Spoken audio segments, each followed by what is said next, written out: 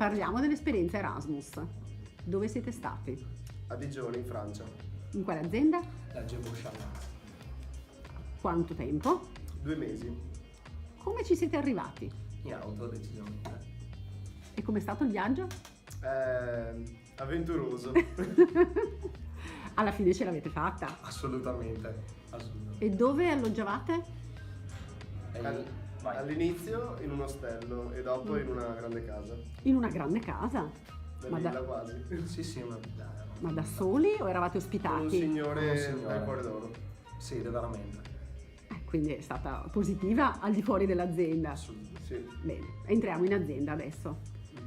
Il compito che ti era stato assegnato, hai avuto degli aiuti, sei stato guidato, in qualche modo ti è stato richiesto di muoverti in maniera Ho avuto la autonoma. fortuna di cambiare diverse mansioni e scoprire quello che facevano gli altri in azienda e sono stati tutti molto disponibili a occupare il loro tempo e investirlo per spiegarmi, nonostante non sapessero tutti l'inglese, ma per cercare di darmi qualcosa e farmi tornare a casa con un'esperienza importante e formativa.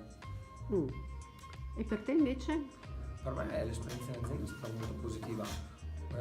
Sfortunatamente non ho avuto l'occasione di Tommaso di trovare dei colleghi così ben disposti, però ho fatto leva sulle persone giuste e sono riuscito a trovare veramente delle occupazioni interessanti all'interno. Eravate in settori diversi? All'inizio sì. E tu in quale settore eri? Io all'inizio ero in parte assemblaggio e dopo sono andato in progettazione e collaudo macchine.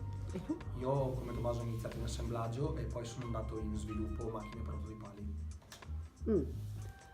Alla fine come si è chiusa l'esperienza in azienda con i colleghi, Molto bene, perché l'ultima settimana l'abbiamo occupata non soltanto a rafforzare le amicizie che ci eravamo poste in azienda, ma anche a scoprire tutto quello che non riguarda l'ambito meccatronico, come la parte commerciale, la parte che sta dietro alla produzione o post produzione, quindi abbiamo scoperto tutto il ciclo di vita della macchina. Sì. Quindi assolutamente positiva, Assolutamente. al di là dei 2 punti che tu hai tolto per il viaggio. La prossima volta come andrai a Dijon, se ti capiterà di nuovo? Andrò sempre in macchina e prenderò molto più tempo per arrivare. Con molti più soldi di budget. Benissimo, grazie.